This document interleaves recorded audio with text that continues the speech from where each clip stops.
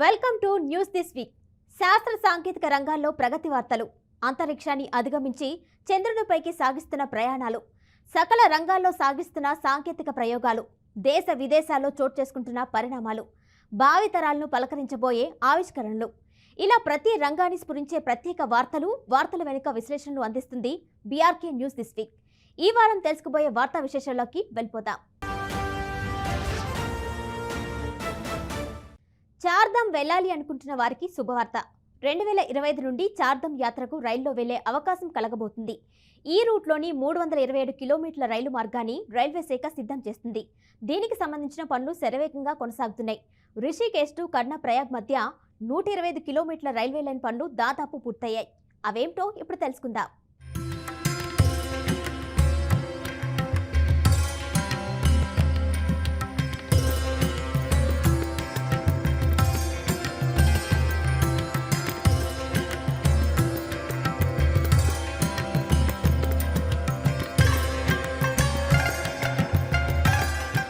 హిందూ మతంలో చార్ధామ్ యాత్ర చాలా ముఖ్యమైనదిగా పరిగణిస్తారు. జీవితంలో ఒక్కసారైనా తప్పనిసరిగా చార్ధామ్ యాత్ర చేయాలి అనేది భావిస్తూ ఉంటారు. ఈ సంవత్సరం అంటే 2024 చార్ధామ్ యాత్ర గంగోత్రి, యమునోత్రి, కేదార్నాథ్, బద్రీనాథ్ మే 10 నుంచి ప్రారంభమైంది. హిందూ మతం చార్ధామ్ యాత్ర విశ్వాసంతో అనుసంధానం అయ్యి ఉంటుంది. ఇక దీంతో చార్ధామ్ను సందర్శించడానికి భారీ సంఖ్యలో భక్తులు వస్తూ ఉంటారు. కొందరు వ్యక్తులు చార్ధామ్ను స్వయంగా సందర్శించాలని కోరుకుంటారు. చాలా మంది తమ వృద్ధ తల్లిదండ్రులను కూడా చార్ధామ్ తీర్థయాత్రలకు తీసుకుని వెళ్లాలని కోరుకుంటారు. అయితే ప్రయాణం మొదటి రోజు నుంచి దర్శనం వరకు ఎటువంటి ఇబ్బంది కలగకుండా ముందుగానే కొన్ని సన్నాహాలు చేసుకోవటం ముఖ్యం.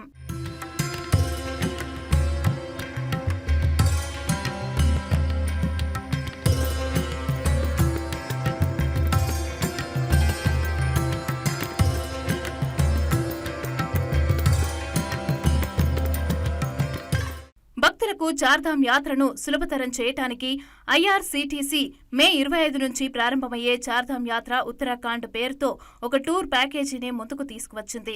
ఇక ఈ ప్యాకేజీ మధ్యప్రదేశ్ నివాసితులకు మరింత ప్రయోజనకరంగా ఉంటుంది. ఎందుకంటే ఇది భోపాల్ నుంచి ప్రారంభమవుతుంది. ఈ 12 రోజుల పాటు కూడా ఈ టూర్ ప్యాకేజీలో భక్తులు గంగోత్రి, అలాగే యమునోత్రి, కేదార్నాథ్, బద్రీనాథ్లను మాత్రమే కాకుండా బార్కోట్, జంకిచట్టి, అలాగే ఉత్తరకాశీ, గుప్తేశ్వర్, సోన్ప్రయాగ్, హరిద్వార్లను కూడా సందర్శించవచ్చు. ఈ టూర్ ప్యాకేజీలలో సందర్శనతో పాటు ఆహారం, వసతి కూడా ఏర్పాట్లు ఉన్నాయి.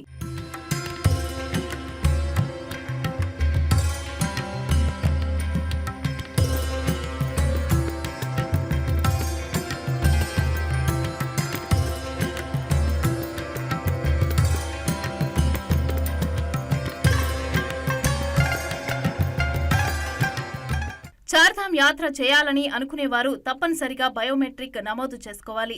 ఇలా చేయటం తప్పనిసరి. ఎవరైనా ఉత్తరాఖండ్ ప్రభుత్వ రిజిస్ట్రేషన్ టూరిజం కేర్ వెబ్సైట్ ని కూడా సందర్శించి నమోదు చేసుకోవాలి. ఇక ఇందులో సంబంధిత వ్యక్తి పేరు, మొబైల్ నంబర్, చిరునామా వంటి ముఖ్యమైన వివరాలను ఇవ్వాలి. చార్ధామ్ యాత్ర కోసం సామాన్లు ప్యాకింగ్ చేసుకునేటప్పుడు వెచ్చని బట్టలు, రెయిన్ కోట్ వంటి వస్తువులను కూడా ప్యాకింగ్ చేసేటప్పుడు గుర్తుంచుకోవాల్సిన ముఖ్యమైన విషయం ఏమిటంటే ఎటువంటి పత్రాన్ని వదిలివేయకూడదు. ఇక Aadhaar card, pan card, passport, అలాగే డ్రైవింగ్ లైసెన్స్ వంటి ముఖ్యమైన కార్డులను కూడా తమ వెంటే ఉంచుకోవాలి.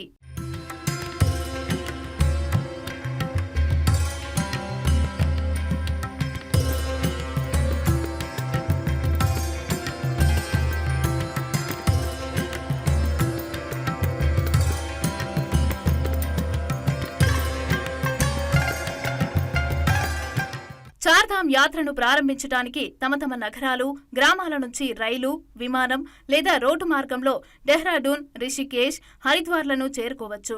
దీని తర్వాత అక్కడి నుంచి టాక్సీలు, ప్రైవేట్ బస్సులు మొదలైనవి తీసుకోవాలి. అయితే ఇకపై రైలులో చార్ధామ్ యాత్ర చేయవచ్చు.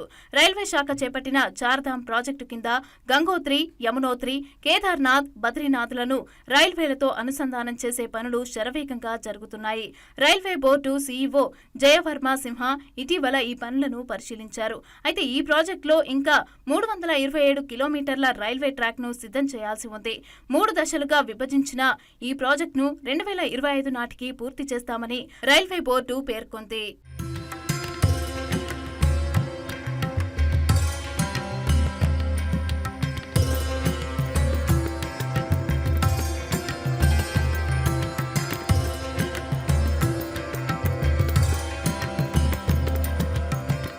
ప్రాజెక్టులో 153 కిలోమీటర్ల రైలు మార్గం మొరాదాబాద్ డివిజన్లో ఉంది. దీనిలో 105 కిలోమీటర్ల రైల్వే లైన్ సొరంగం కూడా వెళ్తుంది. ఇక ఈ రూట్లో మొత్తం 12 స్టేషన్లు కూడా నిర్మిస్తున్నారు. 16,216 కోట్ల రూపాయలతో 125 కిలోమీటర్ల రైలు మార్గాన్ని సిద్ధం చేస్తున్నారు. హిమాలయాల్లోని చార్ధామ్ దేవాలయాలైన గంగోత్రి, యమునోత్రి, కేదార్నాథ్, బద్రీనాథ్లకు రైలు కనెక్టివిటీని అందించడం కోసం ఈ ప్రాజెక్టు లక్ష్యం. ఇక సొరంగాల్లో రైల్వే లైన్లు వేయటం, ఇతర పనులు ప్రస్తుతం కొనసాగుతున్నాయి. ఇక ప్రస్తుతం 2025 నాటికి ఈ మార్గంలో రైళ్లను ప్రారంభించాలని రైల్వే శాఖ లక్ష్యంగా పెట్టుకుంది.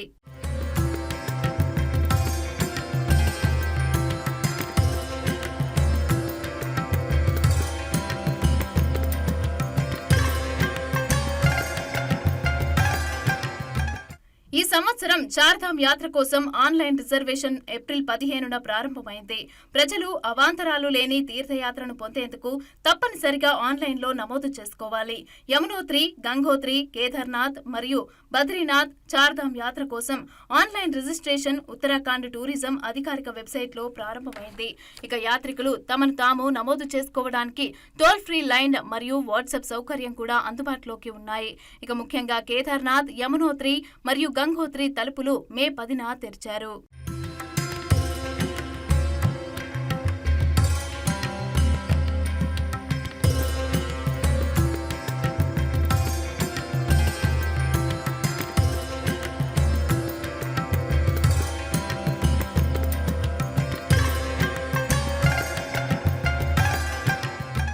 ఇతర దేశాల వ్యవహారాల్లో జోక్యం చేసుకునే చైనా వాటి ఎన్నికల ప్రక్రియలోనూ వేలు పెడుతుంది. డ్రాగన్ పై ఇటీవల అగ్రరాజ్యం అమెరికా ఆరోపణలు చేయగా తాజాగా కెనడా కూడా చైనా చర్యలను బట్టబయలు చేసింది. 2019, 2021లో తమ దేశంలో జరిగిన ఫెడరల్ ఎన్నికలను చైనా రహస్యంగా ప్రభావితం చేస్తుందని కెనడా సెక్యూరిటీ ఇంటెలిజెన్స్ సర్వీస్ నివేదిక తాజాగా వెల్లడించడం ఆందోళన కలిగిస్తుంది. ఆ విశేషాలేంటో ఇప్పుడు తెలుసుకుందాం.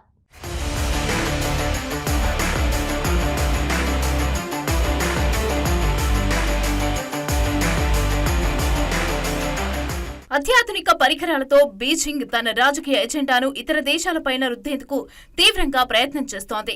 వ్యూహాత్మక ప్రయోజనాలతో పాటు చైనా ప్రభుత్వానికి అనుకూలమైన ఫలితాలు పొందడం దాని లక్ష్యం. షీ జిన్పింగ్ ప్రభుత్వ చర్యలు కూడా ఇతర దేశాల సార్వభౌమాధికారాన్ని సవాలు చేసేలాగా ఉన్నాయని పలువురు మండిపడుతున్నారు. ఇక ఈ సంవత్సరంలో దాదాపు 64 దేశాల్లో సార్వత్రిక ఎన్నికలు జరగనున్నందున డ్రాగన్ చర్యలను ఓ కంట కనిపెట్టాలని అంటున్నారు.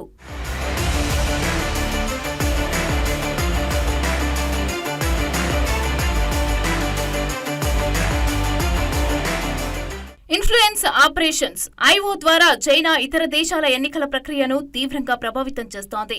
ఇతర దేశాల నేతలపైన తప్పుడు సమాచారాన్ని వ్యాప్తి చేస్తూ వారిని బలహీనమైన నేతలుగా ప్రచారం చేయటం ఈ ఐఓలో ప్రధానమైనది. ఇక వివిధ సోషల్ మీడియా వేదికల ద్వారా 2017-18 నుంచి చైనా ఇలాంటి దుశ్చర్యలకు పాల్పడుతోంది. 2023లో మెటా ఈ నెట్వర్క్ కు అనుసంధానమైన 9,000 ఫేస్బుక్ అలాగే ఇన్స్టా ఖాతాలను కూడా బ్యాన్ చేసిన సమయంలో ఈ విషయం వెలుగులోకి వచ్చింది. యూకే, అమెరికా, ఆస్ట్రేలియా లాంటి దేశాలే లక్ష్యంగా 50కి పైగా సోషల్ మీడియా ప్లాట్ఫామ్లలో ఇలాంటి ప్రచారాలను గుర్తించారు.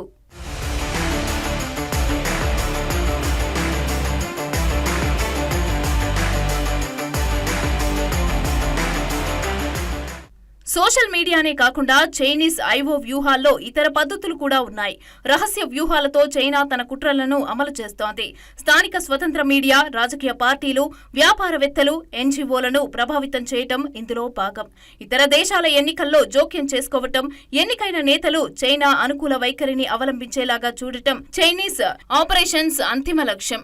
గత ఏడాది నవంబర్లో చైనాకు లింక్ అయి ఉన్న 5,000 ఫేక్ సోషల్ మీడియా అకౌంట్లపైన వేటు వేశారు. లాగా నటిస్తూ ఈ ఖాతాల్లో చైనాకు అనుకూల ప్రచారం చేస్తున్నట్లు గుర్తించారు. ఆస్ట్రేలియాలో 2022 ఫెడరల్ ఎన్నికల సమయంలోనూ డ్రాగన్ ఇలా తప్పుడు సమాచారాన్ని ప్రచారం చేసినట్లు నివేదికలు ఉన్నాయి. అదే ఏడాది జరిగిన ఫిలిప్పీన్స్ అధ్యక్ష ఎన్నికల్లోనూ ఇలాంటి కుట్రలకే పాల్పడినట్లు సమాచారం.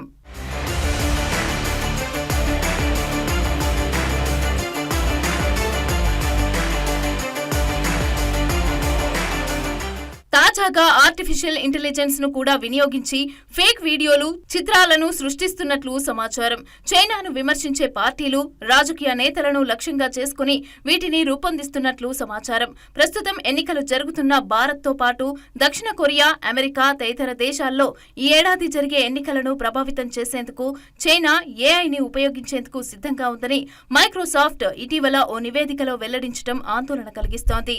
ఈ ఏడాది జనవరిలో జరిగిన తైవాన్ అధ్యక్ష ఎన్నికల్లో కూడా చైనా ఈ టెక్నాలజీని వాడి కుట్రలకు పాల్పడింది.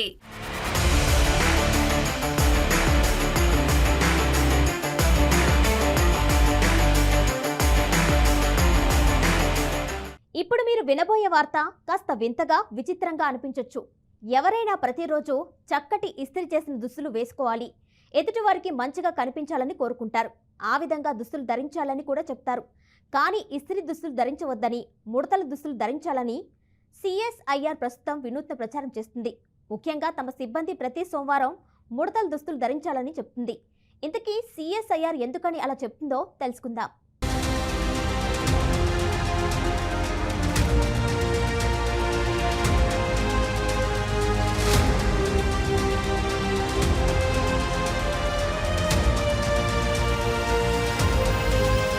ఆఫీసులకు వెళ్తున్నారంటే నీట్ గా ఇస్త్రీ చేసిన దుస్తులను ధరిస్తుంటారు ఉద్యోగులు. సోమవారం వస్తుందంటే వారం మొత్తం ధరించాల్సిన దుస్తుల్ని రెడీ చేసి పెట్టుకుంటాం. అయితే సోమవారం ముడతలు డ్రెస్సులు వేసుకోమని council of scientific and industrial research CSIR తన సిబ్బందిని కోరింది. దీనిలో భాగంగా వాహ్ మండేస్ ను ప్రారంభించింది. వాహ్ అంటే వ్రింకిల్స్ అచ్చే హై అని అర్థం. మన తెలుగులో దీని అర్థం ముడతలు మంచివే అని. ప్రతి సోమవారం ఇస్త్రీ చేయని దుస్తులు ధరించడం ఈ ప్రచారం ఉద్దేశం. దీని వెనుక పర్యావరణ హితం ఉందని CSIR చెబుతోంది.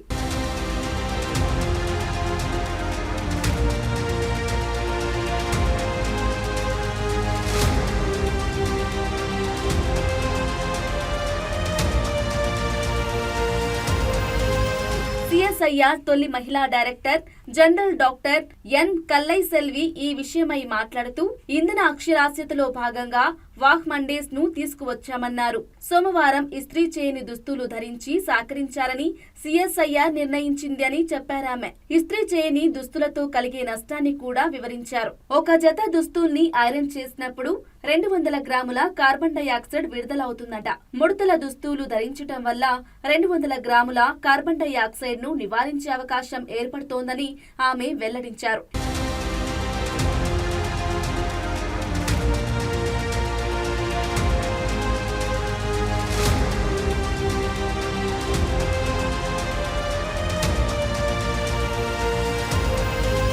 ఇంధనాన్ని ఆదా చేసే నిమిత్తం CSIR మే 1 నుంచి 15వ తేదీ వరకు స్వచ్ఛతా పక్వాడా కార్యక్రమాన్ని నిర్వహిస్తోంది. దీనిలో భాగంగా ఇంధన వినియోగాన్ని తగ్గించాలని లక్ష్యంగా పెట్టుకుని కొన్ని నిబంధనలను రూపొందించింది. వాటిని జూన్ నుంచి ఆగస్టు మధ్య పైలట్ ప్రాతిపదికన అమలు చేయనుంది. తమ కార్యాలయాల్లో విద్యుత్ ఛార్జీలను 10% తగ్గించడం తొలి టార్గెట్. ఇదిలా ఉంటే ఎర్త్ డే వేడుకల్లో భాగంగా ఈ పరిశోధనా సంస్థ గత నెల ఢిల్లీలోని తన కేంద్ర కార్యాలయంలో అతిపెద్ద క్లైమేట్ క్లాక్ ను ఏర్పాటు చేసింది.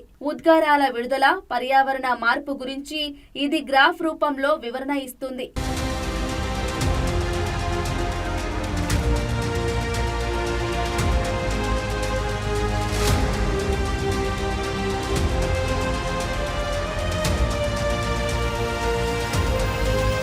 ఇప్పటికైతే ముడతల దుస్తులు ధరించాలని CSIR తమ సిబ్బందికి మాత్రమే సూచిస్తుంది. అయితే ఇంధన అక్షరాస్యతను గురించి సిబ్బందికే కాకుండా ప్రతి ఒక్కరికి చెప్పాలనే ప్రయత్నం చేస్తుంది కావచ్చు. కాబట్టి ఇప్పటి నుంచి ఇస్త్రీ చేయని దుస్తులు ధరించడం అలవాటు చేసుకోండి. ఇలా ఉంటాయి కొన్నిసార్లు ప్రభుత్వ శాఖలు ఇచ్చే సూచనలు. ఇది వింతగా ఉంది కదూ.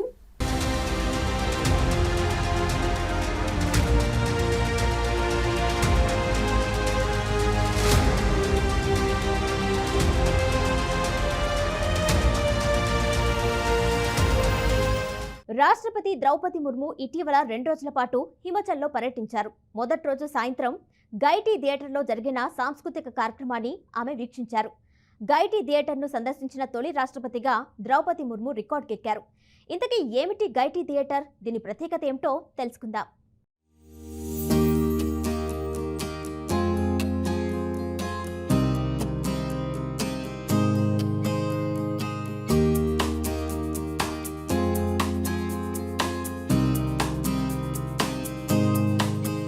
గైఠీ థియేటర్ ఒక చారిత్రాత్మక భవనం. దీనిని బ్రిటిష్ వారు నిర్మించారు. బ్రిటిష్ పాలనలో సిమ్లా వేసవి రాజధానిగా ఉండేది.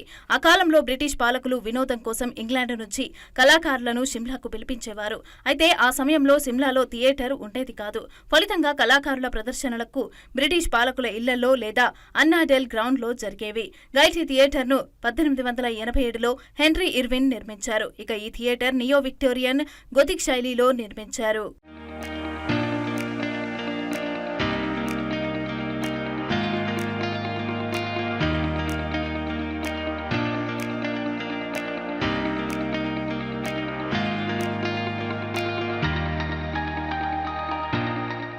గైఠీ థియేటర్ నిర్మాణం యు ఆకారంలో ఉంటుంది.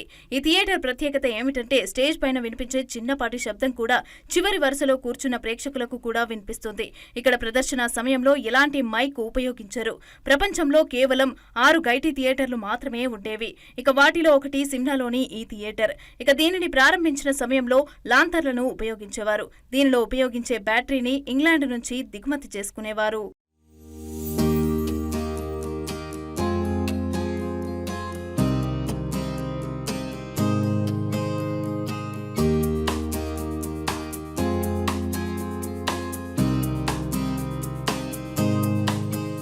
బ్రిటిష్ పాలకులు సిమ్లాను ఒక సాంస్కృతిక కేంద్రంగా మార్చాలని అనుకున్నారు.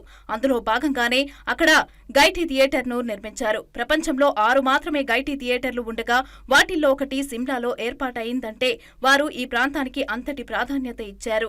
ఇక గైఠీ థియేటర్ ఏర్పాటుపైన ఇప్పటికీ 137 ఏళ్లు పూర్తయ్యాయి. ఇక ఈ థియేటర్లో పలు జాతీయ, అంతర్జాతీయ స్థాయి ప్రదర్శనలు కూడా జరిగాయి. ప్రపంచ స్థాయి కళాకారులు ఇక్కడ ప్రదర్శనలు నిర్వహించారు.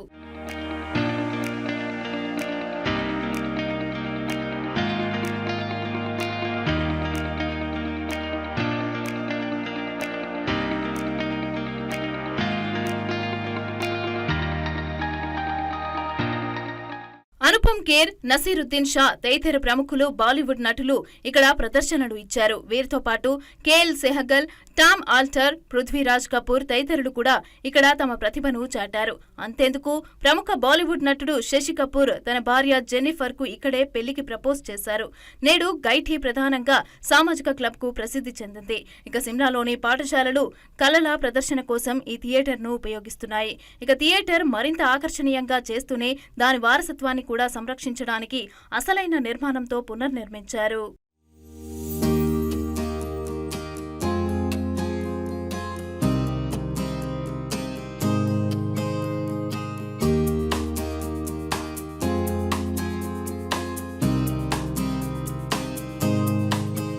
సిమ్లాలోని గైఠీ థియేటర్ ఒకప్పుడు పెద్ద టౌన్ హాల్ కాంప్లెక్స్ లో భాగంగా ఉండేది.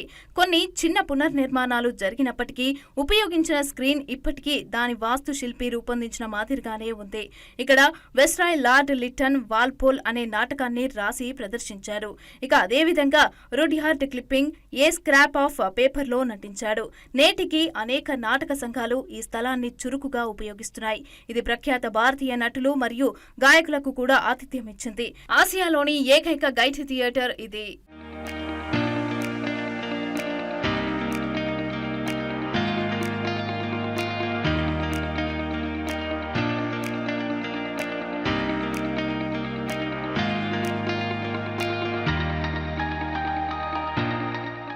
వచ్చినంతకాలం వద్దన్నారు, వద్దనుకున్నాక రమ్మంటున్నారు. ఇది భారత పర్యాటకుల పట్ల మాల్దీవులు వ్యవహరిస్తున్న తీరు. పూర్తిగా పర్యాటక రంగంపై ఆధారపడ్డ ఆ దేశం భారత్ పట్ల అనుచిత వ్యాఖ్యలు చేసి అందుకు తగిన ఫలితం అనుభవించింది. చేతులు కాలేక అన్నట్లు ఇప్పుడు మళ్లీ భారత్ పర్యాటకుల కోసం ఎదురు చూడటమే కాదు, నోరు తెరిచి ప్రాధేయపడుతుంది. ఆ వివరాలేంటో తెలుసుకుందాం.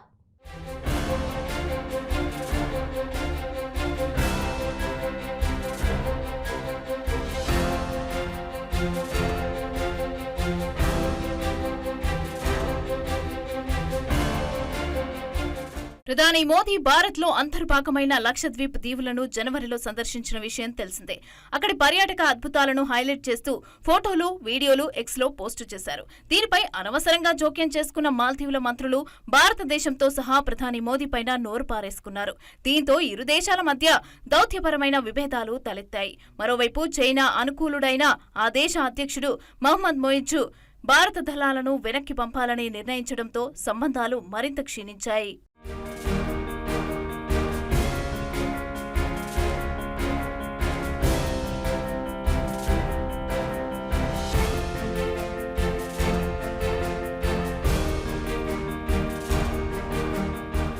ఈ పరిణామాల మధ్య మాల్దీవులకు వెళ్లటానికి సిద్ధమైన ప్రముఖులు సహా అనేక మంది భారతీయులు తమ ప్రణాళికలను రద్దు చేసుకున్నారు. విమాన, హోటల్ బుకింగ్లను క్యాన్సిల్ చేశారు. కొన్ని ట్రావెల్ ఏజెన్సీలు ఆ దేశానికి తాత్కాలికంగా బుకింగ్లను నిలిపివేశాయి.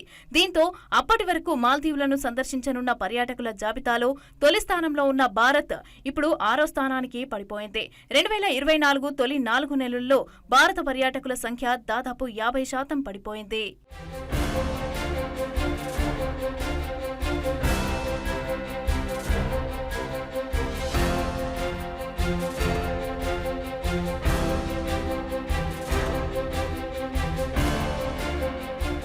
పర్యాటక శాఖ గణాంకాల ప్రకారం ఈ ఏడాదిలో మే 4 నాటికి 43,991 మంది భారతీయులు మాల్దీవులకు వెళ్లారు. ఏడాది క్రితం జనవరి, ఏప్రిల్ మధ్య ఈ సంఖ్య 73,785గా ఉంది. ఇక మొయిజు అధికారంలోకి వచ్చిన తరువాత ఇరు దేశాల మధ్య దౌత్య సంబంధాలు దెబ్బతినడమే దీనికి కారణమని కూడా నివేదిక వెల్లడించింది. చైనాకు సాన్నిహిత్యంగా వ్యవహరిస్తున్న మొయిజు భారత దళాలను వెనక్కి పంపి కయ్యానికి కాలుదువ్వుతున్నారు. ఇక అంతకు ముందు మాల్దీవుల వ్యవహారాల్లో భారత్ జోక్యం ఎక్కువవుతోందంటూ ప్రచారం చేసి సెప్టెంబర్లో జరిగిన ఎన్నికల్లో గెలుపొందిన సంగతి తెలిసిందే.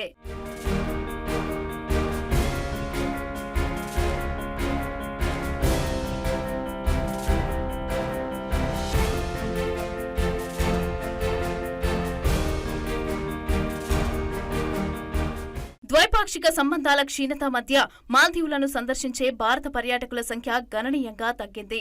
ఆ దేశ ఆర్థిక వ్యవస్థపైన తీవ్ర ప్రతికూల ప్రభావం పడుతోంది. దీంతో పూర్తిగా పర్యాటకంపై ఆధారపడిన తమ దేశ ఆర్థిక వ్యవస్థకు సహకరించాలని ఆ దేశ మంత్రి ఇబ్రహీం ఫైజల్ విజ్ఞప్తి చేశారు. ఇక ఇరు దేశాల మధ్య బంధం చారిత్రకమైందని గుర్తు చేశారు. మనకు ఒక చరిత్ర ఉంది. కొత్తగా ఎన్నికైన మా ప్రభుత్వం కూడా భారత్తో కలిసి పనిచేయాలని అనుకుంటోంది. మేం ఎప్పుడూ శాంతి, స్నేహపూర్వక వాతావరణాన్ని ప్రోత్సహిస్తాం. మా ప్రజలతో పాటు ప్రభుత్వం భారతీయులకు ఘనస్వాగతం పలుకుతోంది. దయచేసి మాల్దీవుల టూరిజంలో భాగం కావాలని పర్యాటక మంత్రిగా భారతీయులను కోరుతున్నారు అని పీటీఐ వీడియోస్కు ఇచ్చిన ఇంటర్వ్యూలో ఫైజల్ అన్నారు.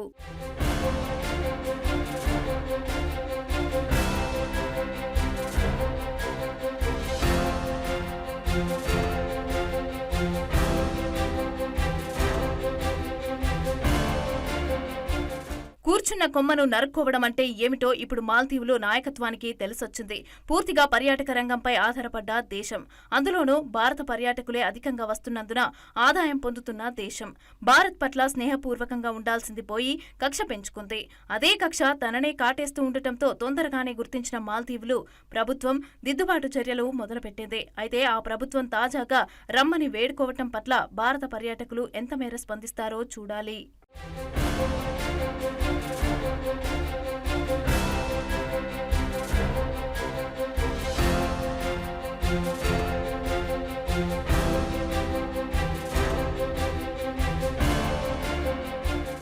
జపాన్లో ఖాళీ ఇళ్ల సంఖ్య భారీగా పెరుగుతుందట. జపాన్లో ఖాళీ ఇళ్ల సంఖ్య ఎంతగా పెరిగింది అంటే వాటి ప్రతి ఒక్కరికి ఒకటి చొప్పున ఇచ్చుకుంటూ వెళ్తే న్యూయార్క్లో నగర జనాభాకు సరిపోతాయట. నిజమే మరి. జపాన్లో ఖాళీగా ఉన్న ఇళ్ల సంఖ్య రికార్డ్ స్థాయిలో 90 లక్షలకు చేరినట్లు గణాంకాలు చెబుతున్నాయి. ఇందుకు గల కారణాలేంటో ఇప్పుడు తెలుసుకుందాం.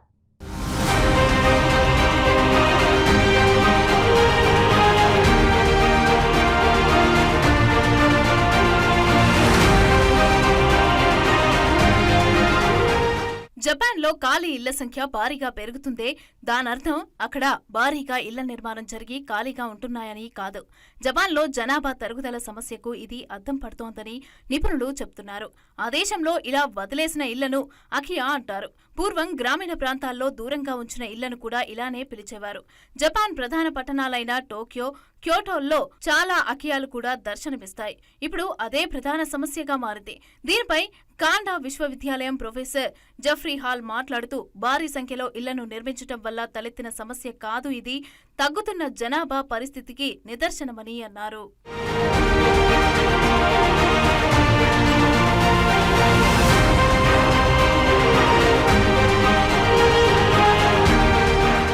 దేశంలో వృద్ధుల సంఖ్య పెరగటం, అదే సమయంలో జననాలు పడిపోవటం కూడా దీనికి ప్రధాన కారణంగా నిలిచింది.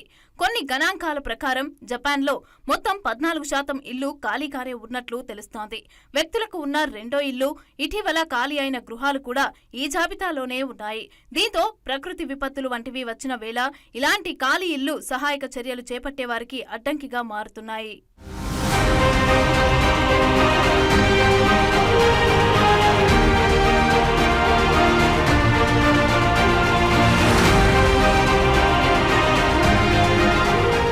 ఇక అక్కడి ప్రజలు ఈ ఖాళీ ఇళ్లను తమ వారసులకు ఇస్తూ ఉంటారు. కానీ ఆ దేశంలో జనాభా లేకపోవటం, ఉన్న యువతరం పట్టణాల్లో స్థిరపడటంతో వీటిని చూసేవారు లేరు. ఈ నేపథ్యంలో రికార్డుల్లో లేని ఇళ్లను స్థానిక అధికారులు స్వాధీనం చేసుకుంటున్నారు. పాత ఇంటిని కూలగొట్టి కొత్తది నిర్మించుకునే బదులు వాటిని అలాగే ఉంచేయటం చౌక అని ప్రజలు భావించటం కూడా వీటి సంఖ్య పెరగటానికి కారణమవుతోంది. ఇక ఈ ఇల్లు ఎక్కువగా ఉన్న కాలనీలకు బస్సులు, ఇతర రవాణా సదుపాయాలను కూడా రద్దు చేయటంతో కొనుగోలుదారులు కూడా వెనకాడుతున్నారు.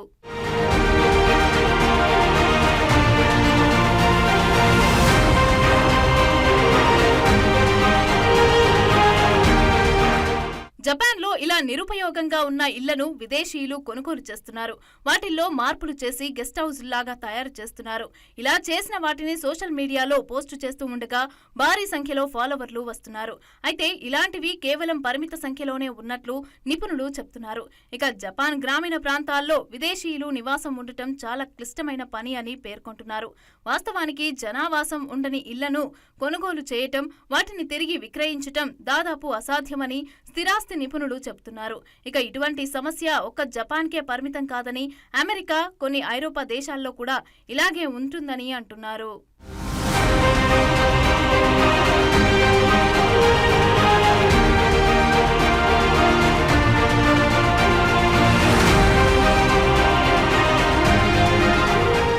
జపాన్లో 2023లో అంతకు ముందు ఏడాది కన్నా జనాభా 8 లక్షలు తగ్గింది. గత 8 ఏళ్లుగా ఇదే ట్రెండ్ కొనసాగుతోంది. ఆ దేశంలో మొత్తం 12.5 కోట్ల మంది నివాసం ఉంటున్నారు. ఇది జపాన్లో భారీ సంఖ్యలో ఇల్లు ఖాళీగా ఉన్న పరిస్థితి.